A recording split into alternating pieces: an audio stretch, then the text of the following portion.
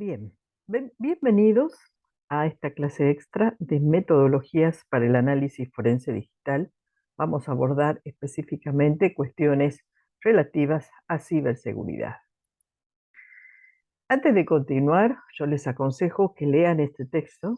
Acá les dejo el link si quieren bajarlo directamente de internet. También lo pueden encontrar en el aula virtual correspondiente, porque con este texto, que no es muy largo, van a llegar a cerrar algunos conceptos de seguridad informática y a conocer los principios básicos de la seguridad informática, como para después poder entender mejor la clase que a continuación les voy a dar.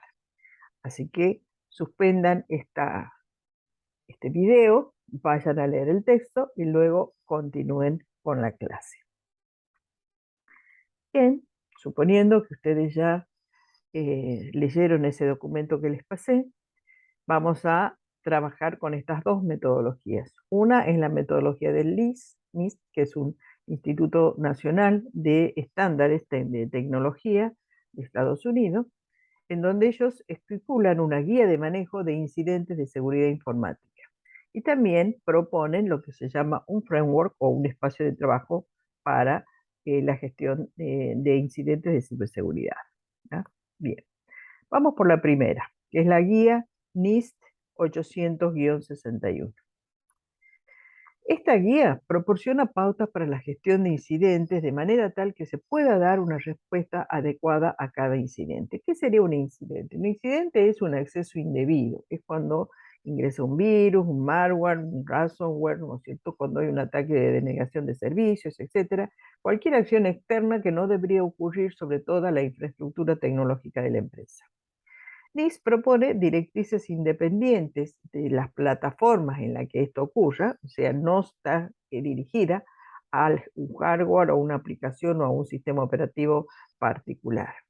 Y parte de la base de que las organizaciones, o sea, las propias empresas o instituciones, deben crear y aprovisionar y operar una capacidad formal de respuesta a incidentes. Es decir, tienen que estar desarrollando, tienen que ser organizaciones maduras pensando en que se debe enfrentar la seguridad informática, ¿no es cierto? Sobre todo los incidentes que cada día ocurren más y más.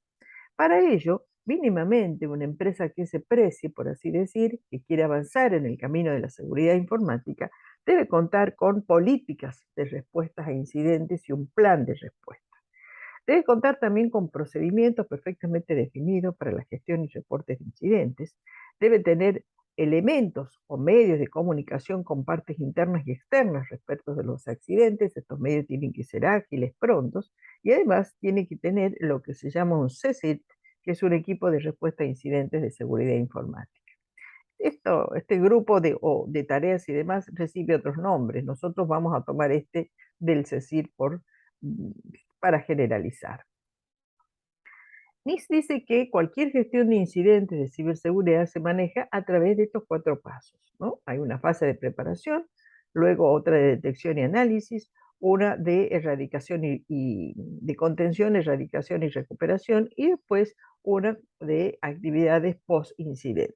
Fíjense en que el gráfico plantea una serie de acciones recursivas, de idas y vueltas, digamos, entre todas estas fases, como siempre nos pasa en todas las metodologías en las que trabajamos en los proyectos informáticos. No es una secuencia sucesiva de pasos, ¿no es cierto? Que donde yo termino una fase, una vez que la terminé, recién voy a la segunda fase, no. Esto se hace prácticamente en simultáneo, ¿no es cierto? Hay muchas cosas que son, que uno va y viene, digamos, de una fase a otra, dependiendo el caso, dependiendo la oportunidad, dependiendo la necesidad.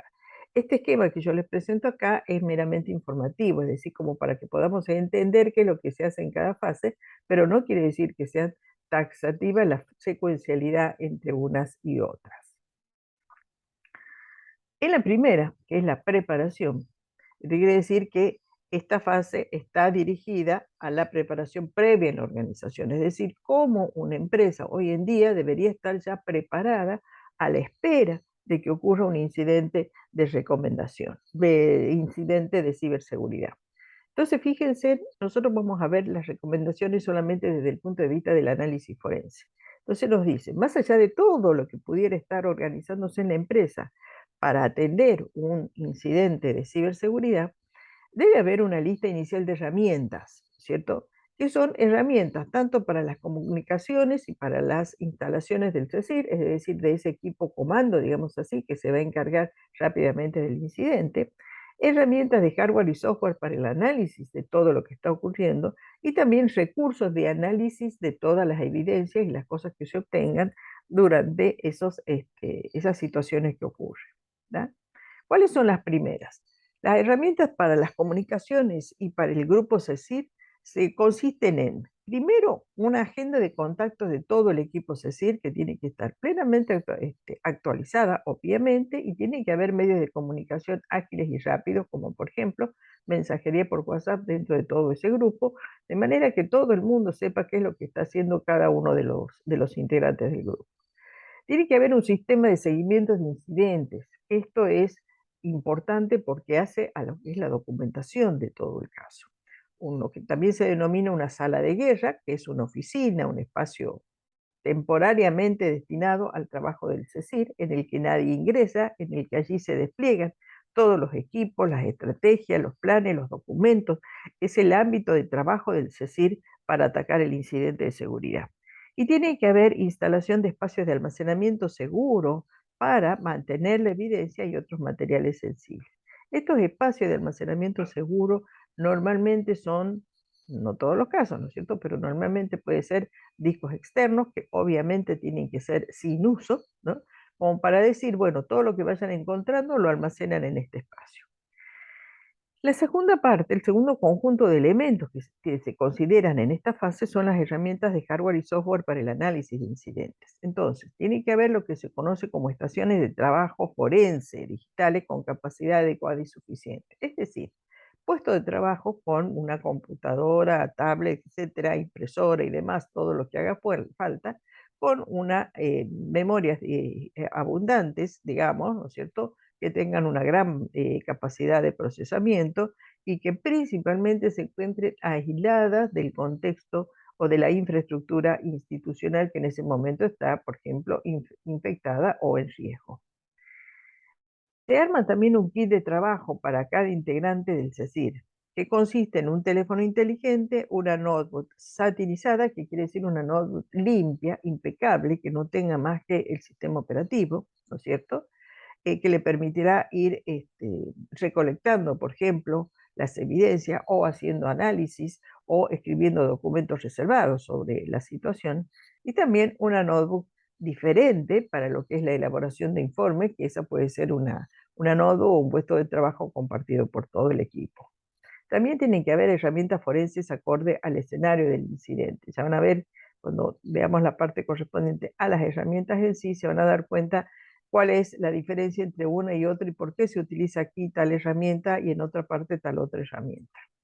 Y también herramientas accesorias para el análisis forense que ayudan a la recolección de la información, como herramientas para hacer imágenes forenses, para recolección de la evidencia, para registro en la cadena de custodia, las cámaras digitales, filmadoras, bolsas, precintos, etcétera. Todo el elemento necesario como para recolectar la evidencia en su correspondiente dispositivo en el que se pudiera haber encontrado, si fuera posible, ¿no es cierto? Eso también depende mucho de cómo ocurrió el incidente y cuál es la evidencia que se encuentra. Los recursos de análisis de incidentes pasa por identificar varias cuestiones que tengan que ver de empezar a estudiar cómo es que ocurrió el incidente. Entonces, por ejemplo, el listado de todos los puertos de acceso de la infraestructura, ¿no es cierto? Todos los puertos obviamente de acceso a los sistemas institucionales, a la infraestructura institucional, no los puertos de salida, sino los de entrada. Documentación técnica necesaria de todo aquello que tenga que ver con los sistemas operativos, las aplicaciones, los protocolos, los productos antivirus, la detección de intrusiones, es decir, todo lo que son recursos de seguridad que están implementados en la empresa y sobre todo el software de base. Diagramas de red y lista de activos críticos, como por ejemplo los servidores con las bases de datos, o sea, los que contienen lo que es información sensible de la institución. Las líneas de base que se Se identifica a ellos, digamos, el concepto que reúne todas las configuraciones de los componentes de la infraestructura IT y el flujo de procesamiento que debería seguirse regularmente. Es decir, es como una secuencia de procesos de las cuales si todo anduviera bien, eso nos va a ir identificando algún desvío que pudiera ocurrir, ¿no? Y también los hashes criptográficos de archivos críticos. El hash, ustedes saben que es una encriptación, digamos, una clave, una asociación a un archivo de una clave segura. Existe una base de datos NSRL, que es una base de datos internacional, que mantiene registros de hashes de varios archivos, incluidos los de sistemas operativos, aplicaciones e imágenes gráficas, que hace que uno identifique rápidamente si esos softwares son, por ejemplo, la última versión de la actualización de Windows 10, digamos, que sé que seguramente no va a tener nada de lo este, nada peligroso, por así decirlo, ¿no es cierto?, que no va a participar del incidente de seguridad, entonces puedo ir a descartar rápidamente ese archivo porque compara ese hash con el hash que está en la base de datos, ¿no? Y también un software de mitigación de incidentes, es decir, para poder hacer copia e imagen limpia de los sistemas operativos y aplicaciones para fines de restauración y recuperación. Es decir, tengo que ir generando un espacio en donde diga, bueno, este otro servidor está impecable, ya no tiene absolutamente nada, vuelco allí los sistemas operativos, las aplicaciones, de manera que salga al ruedo, como quien dice, a funcionar nuevamente hacia el mundo las aplicaciones, más allá del incidente de ciberseguridad que pudiera haber ocurrido. Ese es el principal objetivo. Cuando ocurre un incidente de ciberseguridad, la primera línea de trabajo que se establece es cómo salir, cómo volver a trabajar y poner activos todas las aplicaciones con el menor perjuicio posible para el usuario. Hecha la preparación, ¿no es cierto?, vamos a la fase de detección y análisis. En esa fase tenemos una primera parte que es la detección, en la cual hay que tener en cuenta que cada tipo de incidente merece su propia estrategia de respuesta. Es decir, no es lo mismo abordar un ransomware que acaba de ingresar, ¿no es cierto?, que un botnet, por ejemplo. O sea que es un botnet es una red de agentes inteligentes, digamos, que van capturando uno a uno los puestos de trabajo.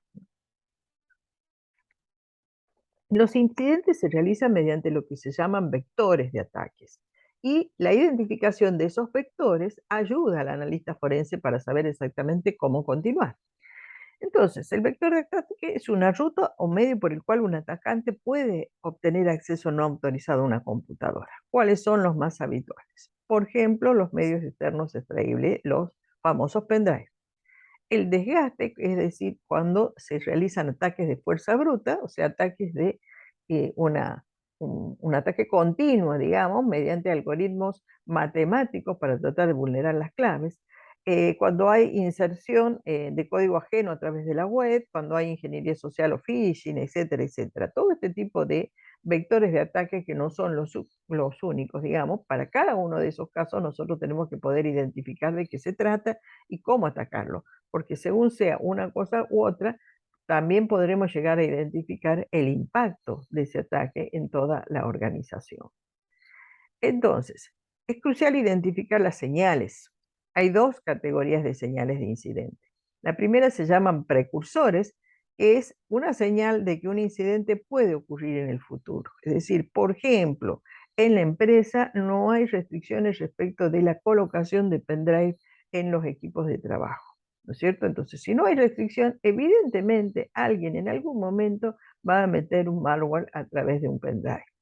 Entonces, eso quiere decir que deberíamos tener registro de un analizador de vulnerabilidades, tendríamos que buscar exploit para impactar en las vulnerabilidades del servidor, por ejemplo, e identificar las amenazas que indican que un grupo atacará a la organización, supongamos. Esos son algunos de los ejemplos de los precursores en donde uno dice, acá estoy encontrando vulnerabilidades, che, las solucionemos antes de que ocurra cualquier incidente.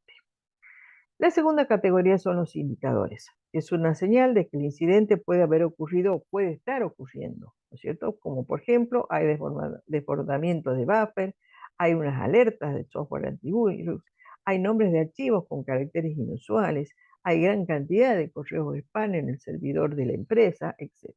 ¿ya? Entonces, Hay también lo que se identifica como las fuentes de precursores e indicadores, y es toda aquella información referente a la seguridad informática que se maneja dentro del contexto de esta infraestructura, ¿no?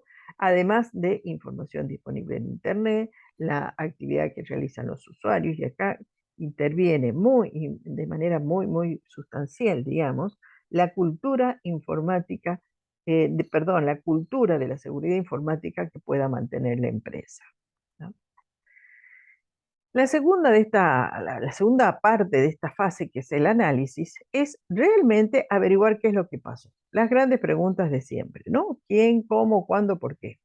Entonces, ¿cuáles son las acciones recomendadas? Fíjense que ahí se indican muchas. Esto, obviamente, todo este material ustedes lo pueden leer en detalle en mm, las publicaciones que les subí al aula virtual. Pero analicemos uno. Por ejemplo, identificar redes y sistemas de perfiles. Conocer las redes y los sistemas de perfiles de todos los usuarios que trabajan en esa red mide las características de la actividad esperada para los cambios en la que ellos se puedan identificar más fácilmente. Por ejemplo, la supervisión del uso del ancho de banda de la red, ¿no es cierto? Entonces, hay una serie de acciones que van identificando espacios sobre los cuales nosotros decimos, en esto estamos bien, esto está perfecto, acá no pasó nada, voy a la siguiente acción y así sucesivamente, ¿no? Resguardar la correlación de eventos, por ejemplo. O sea, la correlación de eventos quiere decir, me va a permitir en el tiempo establecer una línea de tiempo, digamos, para saber exactamente qué ocurrió y cuándo ocurrió. Eso es muy importante cuando se analizan estos incidentes de acceso indebido, ¿no? Bien. También acá es importante comenzar a documentar todo el proceso de gestión de incidentes. Se debe comenzar de inmediato a registrar todos los hechos. Es más, dentro del CECIR, habitualmente uno de los integrantes del CECIR tiene como función esencial el registro de todas las acciones que haga el equipo CECIR. Se registran hechos y no opiniones o conclusiones personales, que también se registran, pero como opiniones o conclusiones personales, como estimaciones, ¿no?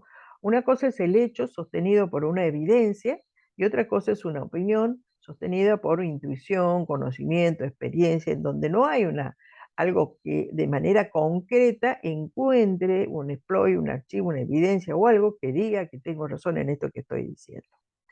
El material subjetivo debe presentarse también en los informes de incidentes. Todo se tiene que registrar, nada más que registrar adecuadamente y con toda la información de base que da pie a esas conclusiones.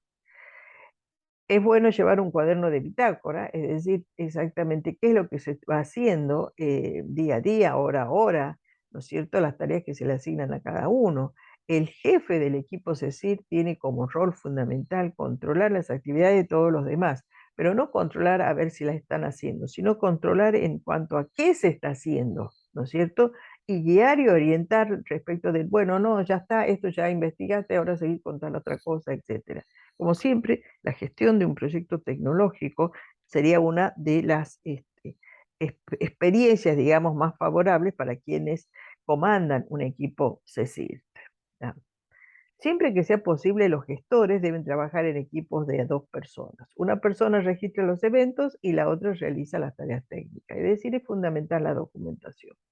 Y tiene que haber un sistema automatizado de gestión de incidentes para salvaguardar todos los datos que se van obteniendo. Y sobre todo, restringir el acceso solo a personal autorizado. Es decir, ese sistema de gestión de incidentes no es de uso público, sino está dirigido a un grupo selecto, que es básicamente el equipo CICIR y algunos responsables de la empresa que se definirán en su momento. ¿Qué es lo que se ve en ese sistema? El estado actual del incidente, el resumen, indicadores, evaluaciones de impacto relacionados con el incidente, etcétera. Todo información muy sensible que no se puede dar a conocer públicamente, de allí las restricciones en el uso de este sistema gestor de incidentes. Hecha entonces ya la detección y análisis, vamos a hacer la tercera fase y la cuarta casi como que son lo mismo, digamos, porque se interactúa mucho, que es la contención, erradicación y recuperación del incidente y después las actividades posteriores al incidente. En la fase 3 es necesario definir una estrategia para la contención. Lo ideal sería que las organizaciones ya tengan las estrategias predefinidas. Es algo así como, por ejemplo, hoy lo vemos con mucha naturalidad respecto de las políticas de higiene y seguridad o las políticas contra incendios, ¿no es cierto? Todo el mundo sabe qué es lo que tiene que hacer, sabe cómo utilizar un matafuego, se hacen capacitaciones continuas, se hacen controles continuos, incluso desde el punto de vista del Estado, digamos así, ejerce mucha presión para que esas cuestiones estén a la orden del día en cualquier institución pública, máxime si esta es frecuentada, digamos, por muchas personas. ¿Por qué no ocurre una cosa así respecto de la seguridad informática? Porque no hay grado de madurez suficiente para una cultura de la seguridad informática. Es decir, las instituciones no terminan de entender la importancia de la seguridad informática de ahora en más, luego de la pandemia. ¿Ah? Hay criterios para definir las estrategias de contención, por supuesto. Esto se define muy particularmente para cada caso. No se puede definir las mismas estrategias para todo el mundo. Cuando corresponde hacer una presentación ante la justicia, entonces se debe tener cuidado de respetar los protocolos de la cadena de custodia e integridad de la evidencia recolectada. La cadena de custodia es un registro que marca la trazabilidad de esa evidencia que acabamos de recolectar, digamos así, y que asegura que esa evidencia no ha sido corrompida, digamos, ¿no es cierto? No ha sido vulnerada y que promueve y garantiza que luego sea una evidencia admisible ante la Corte. En la fase 4 es muy interesante porque en esta fase lo que se trabaja son con dos conceptos muy interesantes. Uno es la reunión de lecciones aprendidas, es decir, ante un incidente de ciberseguridad, más allá de que se ponga en marcha todo el sistema nuevamente, lo importante es saber qué es lo que hemos aprendido, es decir, qué vamos a hacer ante el próximo incidente, porque no se acaba aquí la cosa. Si tuvimos un ataque, es probable que tengamos 2, 3, 5 miles de ataques, o ninguno, no sabemos. Pero que ahora que sabemos el daño que nos ha ocasionado y el impacto interno que ha tenido ese incidente, entonces obviamente tenemos que tener capacidad para eh, responder, digamos, plenamente cuando me vuelva a ocurrir. ¿No? Hay un conjunto de preguntas que se deberían haber respondido al momento de estas reuniones de lecciones aprendidas que se llaman. ¿no? Y eso lo van a encontrar en el material que les indiqué como material anexo a esto, ¿no? Que son los documentos del MIS. Acá les pongo un ejemplo de una lista de verificación de la gestión de incidentes, en donde acá con una columna para hacer una especie de checklist, digamos, vamos viendo si se ha completado o no, ¿no es cierto? Por ejemplo, determinar si se ha producido un incidente, analizar los precursores, buscar información correlacionada, realizar investigaciones, por ejemplo, con motores de búsqueda o bases de conocimiento. Tan pronto como el manejador crea que ha ocurrido un incidente, comienza a documentar la investigación y reúne evidencia, y así, etcétera, cada una de las cosas. De estas listas, si ustedes se ponen a mirar detalladamente y a buscar en internet, van a encontrar montones. ¿Qué es lo importante de esta lista? Que uno arme su propia lista en función de la infraestructura tecnológica que está manejando y también del grado de maduración de la seguridad informática que tenga la empresa. ¿no? Vamos ahora a la siguiente metodología, que es la que se llama NIST-CSF o Framework de Ciberseguridad. Fíjense que acá lo que hace NIST es avanzar un estadio más, digamos, un paso más arriba de toda esa metodología que les cité recién, en donde lo que se hace es trabajar sobre las normas y directrices de seguridad aplicables en todos los sectores de lo que se denomina infraestructura crítica. ¿no? Fíjense, este grafiquito que les pongo acá marca todo lo que se llama infraestructura crítica. Y hablamos de infraestructura crítica no solamente desde el punto de vista informático, sino desde el punto de vista tecnológico. Por ejemplo, hay una serie de infraestructura tecnológica propia del ámbito de la energía, o del ámbito de la salud, o de la química, o de las actividades del gobierno. Cada uno de ellos tendrán sus propias tecnologías a disposición y todas ellas sostienen procesos críticos de modo 24/7, es decir, que no pueden dejar de funcionar y que cuando tienen ataques de suspensión de servicio, por ejemplo, causan un daño que no se puede medir ni siquiera desde el punto de vista económico, sino que se mide desde el punto de vista, digamos, del prestigio de la empresa, ¿no es cierto? Se mide desde el punto de vista de la opinión de los ciudadanos cuando es el gobierno el que es atacado, etc. Entonces, esta metodología lo que propone es una herramienta para la gestión de riesgos de ciberseguridad que habilita la innovación tecnológica y se ajusta a cualquier tipo de organización. Lo que hace NIS es decir, no esperemos a que nos ataquen. Si usted tiene una infraestructura crítica, pues ya póngase a pensar en hacer una buena gestión de riesgos de ciberseguridad. Adelántese. Ese es el concepto. Entonces, este framework tiene tres componentes principales, ¿no? El framework, los niveles de implementación y los perfiles. El framework, que es el proceso central, digamos, se divide en 5 niveles, 23 categorías y 108 subcategorías. Es decir, hay toda una estructura que dice cómo se tienen que manejar los riesgos. Ya lo vamos a ver un poquito más. Luego está el nivel de implementación, es decir, este framework voy a empezar a implementarlo, digamos, dentro de la organización, primero de manera parcial, a lo mejor a partir de un riesgo informado, lo haré sucesivamente ya como rutina, es decir, una acción repetible dentro de mi organización, y ya el último forma parte de la organización y está plenamente adoptado.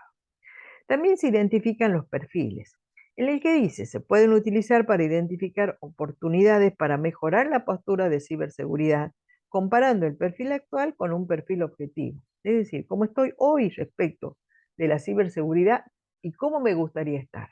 Entonces, establezco ese delta de variación, digamos, y a partir de allí genero acciones que me acerquen más a ese perfil objetivo. Y también realizar una revisión objetiva del programa de ciberseguridad en relación con esta matriz SF y conocer certeramente cuál es la situación actual de seguridad. O sea, a fines de hacer un diagnóstico, cómo está posicionada mi empresa respecto de los ataques de ciberseguridad, de los riesgos sobre todo, ¿no? Si los he identificado, no, en qué medida, etcétera. Este es el framework core. Fíjense en que se proponen estos 5 niveles, que es identificar, proteger, detectar, responder y recuperar. Y para cada uno de ellos tiene subniveles que se van desagregando y van indicando cuáles son las actividades o tareas que se tienen que realizar en cada una, ¿no? Todo ello lo pueden ver bien en detalle en eh, los documentos que he adjunto a esta clase, ¿no? Y acá están los niveles de implementación, ¿no es cierto? Fíjense, más allá de que tengamos un nivel 1 que luego va creciendo hasta el nivel 4, que es el mejor, digamos, el más adecuado, hay en el medio un proceso de gestión de riesgos, que es importante. Fíjense que incluso los riesgos tienen mucho que ver con las normas de calidad, ¿no es cierto? Y con la visión estratégica que uno le impone a la gestión de la empresa. También tiene que haber un programa de gestión integrada del riesgo, porque no estoy hablando solamente de los riesgos de la seguridad informática, sino que en algún punto se vinculan con los riesgos de la seguridad física, ¿no es cierto? Por ejemplo, ¿qué pasa si hubiera un incendio en el data center en el que está toda la infraestructura eh, tecnológica central de la organización?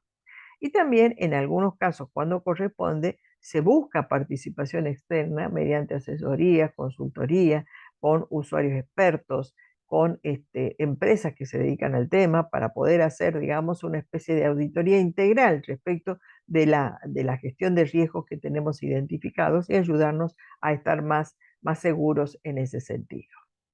Bien, hasta aquí entonces esta clase. Ya saben, a disposición para cualquier duda o consulta. Nos seguimos viendo en la próxima clase. Muchísimas gracias.